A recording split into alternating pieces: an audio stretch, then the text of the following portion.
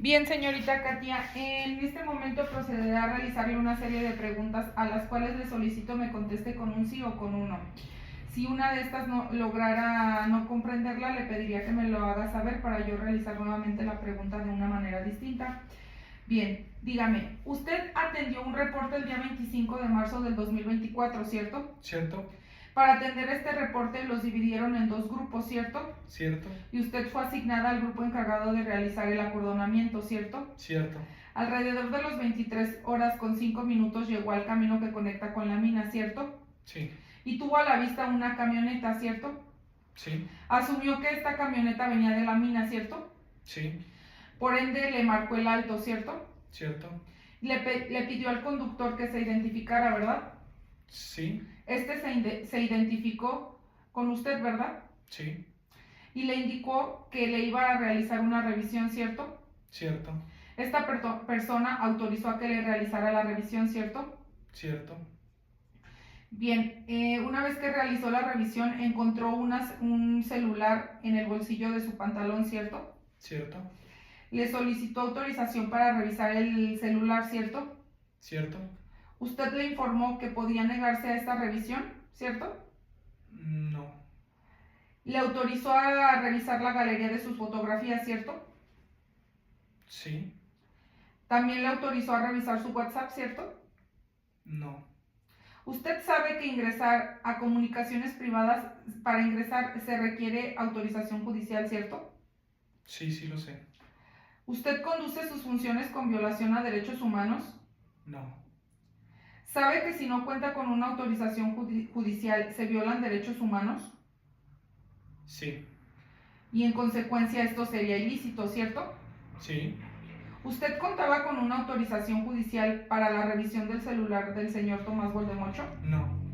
Bien, ahora pasaremos a otro tema.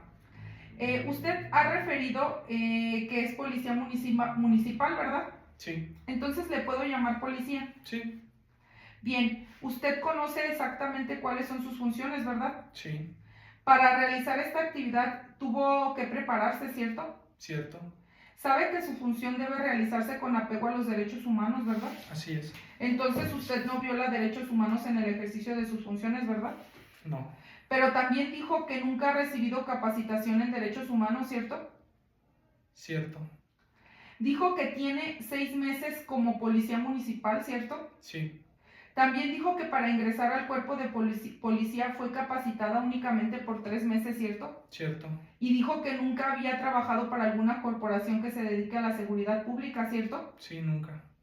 Refirió que los 3 meses de capacitación por seguridad pública es la única preparación que cuenta para realizar sus funciones, ¿cierto? Solamente. Sí. Y nos dijo que sus funciones son atender reportes de emergencia, ¿verdad? Sí. Señaló también que la detención del señor Tomás Boldemocho fue la primera que realizó desde que usted es policía, ¿cierto? Así es. ¿Usted sabe que si una detención no se realiza con apego al marco legal, se pueden violar derechos humanos? No.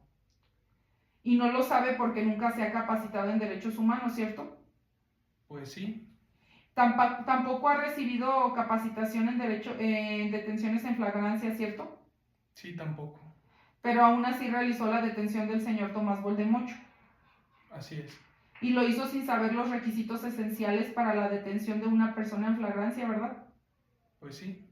Sin importar que se hubieran violado derechos humanos, ¿cierto? Pues sí. Bien, ahora pasaremos a otro tema. Usted ya nos ha dicho también que dentro de sus funciones es atender los reportes de 911 que se hacen, ¿verdad? Así es. Y que por este motivo usted atendió el reporte del día 25 de marzo donde se reportaba una explosión, ¿cierto? ¿Cierto?